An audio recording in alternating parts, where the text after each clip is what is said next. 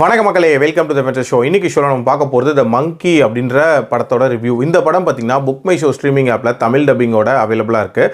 இந்த படம் ஒரு கொடூரமான ஃபேண்டசி த்ரில்லர் அப்படின்னே சொல்லலாம். ஒரு குரங்கு பொம்மை கொடூரமான முறையில் கொலைகள் பண்ணுது அப்படின்ற மாதிரி கொண்டு போயிருப்பாங்க. அதாவது அந்த குரங்கு பொம்மைக்கு யாராவது சாவி கொடுத்தாங்கன்னு வச்சுக்கோங்களேன், அது வந்து கொட்டடிக்க ஆரம்பிக்கும்.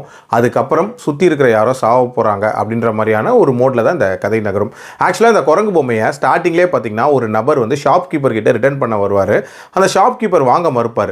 பட் அந்த ஷாப் கீப்பரே அந்த குரங்கு வந்து போட்டு தள்ளிடும் அப்படின்னே சொல்லலாம். அதனால் கடுப்பாகிற அந்த நபர் வந்து அந்த குரங்கு பொம்மையை எரிச்சிடுறாரு. அதுக்கப்புறம் ஹெல் அண்ட் பெல் அப்படின்ற ட்வின்ஸோட கதையை சொல்ல ஆரம்பிக்கிறாங்க. இவங்க வந்து தன்னோட அம்மாவோட வாழ்ந்துட்டு இருப்பாங்க. இவங்களோட அப்பாவோட ரூம்லேருந்து அந்த பொம்மையை திருப்பி எடுக்கிறாங்க. அது வந்ததுக்கு அப்புறம் மட்டும் அவங்கள சுற்றி இருக்கிறவங்களும் கொடூரமான முறையில் இறந்துட்டு இருக்காங்க. அதனால் கடுப்பாகிற அந்த பசங்க வந்து அந்த பொம்மையை வந்து ஒரு கிணத்துக்குள்ளே போட்டுடுறாங்க. இது நடந்து 25 வருஷத்துக்கு அப்புறம் மட்டும் திருப்பி இந்த கொலைகள் நடக்க ஆரம்பிக்குது. ஸோ அந்த குரங்கு பொம்மையை யார் ஆக்டிவேட் பண்ணி விட்டது, டுவர்ட்ஸ் தி எண்ட் என்ன ஆகுது அப்படின்றது அந்த படத்தோட கதை. எனக்கு இந்த படத்தில் பிடிச்ச விஷயமே அந்த ஃபேண்டசி பார்ட் அப்படின்னே சொல்லுவேன். அதாவது ஒரு குரங்கு பொம்மை கொட்டடிச்சா கொலைகள் நடக்குது அப்படின்றதே ஒரு இன்ட்ரெஸ்டிங்கான விஷயமா இருந்துச்சு. அதுலேயும் அந்த கொலைகளை காட்சிப்படுத்தின விதம் அப்படின்றது பயங்கர கொடூரமாக இருக்கும் அப்படின்னே சொல்லலாம்.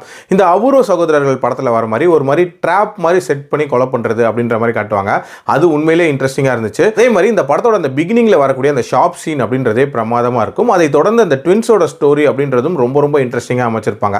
பட் அந்த 25 வருஷங்களுக்கு அப்புறம் மட்டும் நடக்கக்கூடிய ஒரு கதை இருக்குல்ல, அந்த கதை பெரிய லெவலில் ஒரு மாதிரி கனெக்டடாக இல்லை அப்படின்னே சொல்லலாம். லாஜிக்கலாகவும் பெருசாக கனெக்ட் ஆகல. அதுக்கான ரீசனிங் அப்படின்றதும் பெரிய லெவலில் ஒட்டவே இல்லை.